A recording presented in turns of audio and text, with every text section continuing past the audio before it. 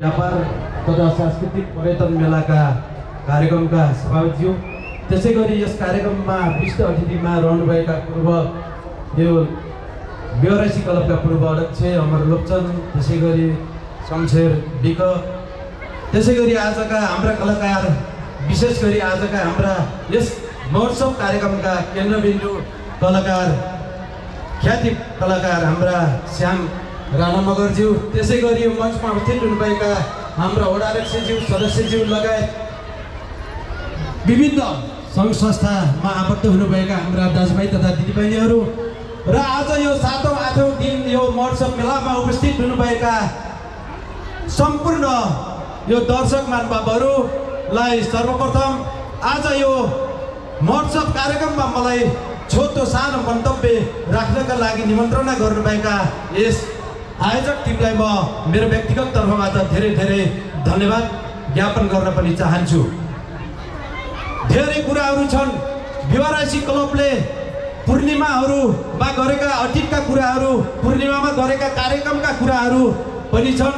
जब बेहोरासी क्लबमा हामी अध्यक्ष हुँदै गर्दाखेरि पनि यस्तै कार्यक्रमहरू गर्दै गर्दाखेरि धेरै अर्चन बाडाहरू आइरहन्थे, त्यसलाई हामीले सामना गर्दै आजका दिनसम्म हामीले बेहोरासी क्लबलाई जगेर्ना गर्न सकेका छौँ, बचाएर अहिलेसम्म यो मेला, यो महोत्सव मान्छेहरूले बुझे होलान्। यो महोत्सव मेला केही व्यक्ति साथीहरूले केही पैसा कमाउनको लागि गरेको भन्ने जुन तपाईँको भान छ, मान्छेको सोचाइ छ, त्यो नभएर यो क्षेत्रको विकासको लागि, पर्यटनको लागि विशेष गरी यो प्रतिभाङमा यो महोत्सव जुन आयोजना गरिएको छ, यो महोत्सव तपाईँको हामी अरू सङ्घ संस्थाहरूले पनि हिजो उड्डयनदेखि लिएर बेहोरासीले पनि गरेका कतिपय कार्यक्रमहरू थिए।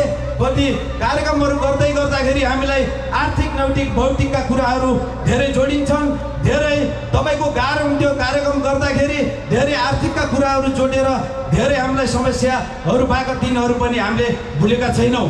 आजको दिनमा यो बर्खायाममा तपाईँको यो महोत्सव मेला लाउँदै गर्दाखेरि विशेष गरी म बेहोरासी प्रतिभाङका हाम्रा यस क्लबका अध्यक्ष भाइहरू लगायत यो पदाधिकारी साथीहरूलाई म यस्तो समयको अवस्थामा पनि यो प्रतिभाङ चिनाउन, यो धोरपाटन नगरपालिकालाई चिनाउनको लागि यो जुन यो महोत्सव तपाईँको सञ्चालन भइरहेको छ, तपाईँहरूलाई म धेरै धेरै मेरो व्यक्तिगत तर्फबाट पनि म धेरै धेरै धन्यवाद र शुभकामना दिन चाहन्छु।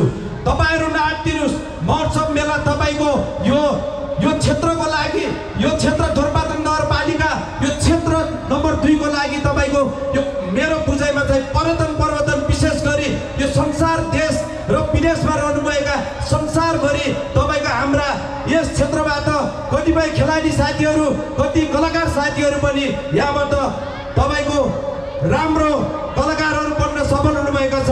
यस्ता कार्यक्रमहरू, मनोरञ्जन कार्यक्रमहरू बन्नु तपाईँको हुँदै गर्नुपर्छ। यसलाई तपाईँ हामीले माया गर्नुपर्छ। यो यस्तै मेलाहरूबाट, यस्तै महोत्सव मेलाहरूबाट तपाईँ हाम्रा छोराछोरी भतिजाहरू पनि हाम्रा खेलदेखि, खेल र कला क्षेत्रमा तपाईँको धेरै मान्छेहरू उत्पादन भएर तपाईँको देश विदेशमा गएर आफ्नो पहिचान बनाउन सक्नुभएको छ। त्यस कारणले गर्दाखेरि जति हाम्रा युवा साथीहरूलाई म ढुक्क भएर यो महोत्सव सञ्चालन गर्नुहोस्। तपाईँहरूलाई कुनै कठिनाइ परे, केही आर्थिक नैतिक भौतिक केही समस्या परे, हामीहरू तपाईँहरूको साथमा छौँ। हामीहरूले तपाईँहरूलाई के गर्नुपर्छ, तपाईँको सम्पूर्ण हामी यस क्षेत्रकै तपाईँको अगुवा साथीहरू, राजनीतिदेखि लिएर तपाईँको यस क्षेत्रका जनप्रतिनिधिदेखि लिएर व्यवसायी साथीहरूले पनि हाम्रा युवा साथीहरूलाई साथ समर्थन गर्न म आग्रह गर्न चाहन्छु। त्यसै गरी यस क्षेत्र हाम्रो बागलुङ, पश्चिम बागलुङको यो प्रतिभाङ ठाउँमा तपाईँको यो महोत्सव रहँदै गर्दाखेरि हाम्रा ख्याति प्राप्त कलाकारहरू, श्याम राणा मगर जस्ता ख्याति प्राप्त कलाकारहरू यस ठाउँमा आउनु भएको छ। उहाँहरूलाई म विशेष गरी यो प्रतिभाङलाई, यो धोरपाटन नगरपालिका प्रतिभाङको तपाईँको एउटा सानो तपाईँको गाउँमा आएर आफ्नो कला प्रस्तुत गरेर यो ठाउँलाई माथिसम्म, उहाँ देश विदेशमा जाने एउटा कलाकार हो। यस ठाउँलाई माया गर्नुहुनेछ, प्रचार गरिदिनुहुनेछ, राम्रो पोजिटिभ मेसेज दिनुहुन्छ भन्ने पनि म हाम्रा श्याम राणाज्यूलाई म अनुरोध गर्न चाहन्छु। त्यसै गरी यो बेलामा तपाईको यो मौसम बेला लाउँदै गर्दाखेरि धेरै चुनौतीका कुराहरू छन्। यहाँ तपाईको जग्गा व्यवस्थापनदेखि लिएर तपाईको धेरै खर्चालु कुराहरू छन्। यसमा धेरै रिस्क तपाईको यस्तो रिस्क बोलेर यस्तो बर्खायाममा पनि मेला लाउनु भएको छ। हाम्रा मिथुनजी, अमरजी, हाम्रा फारम भाइहरू, शमशेरजीहरूलाई म विशेष म धन्यवाद दिन चाहन्छु। यही कुराहरू गर्दै तपाईहरू हाम्रो घर अगाडि भएको महोत्सवमा आउनुहोस्, मनोरञ्जन लिनुहोस्, हाम्रा साथीभाइहरूले गरेका कार्यक्रमलाई सहानुभूति दिनुहोस् भन्दै मेरो शुभकामना मन्तव्य यति टुङ्गाउन चाहन्छु। धन्यवाद, नमस्ते।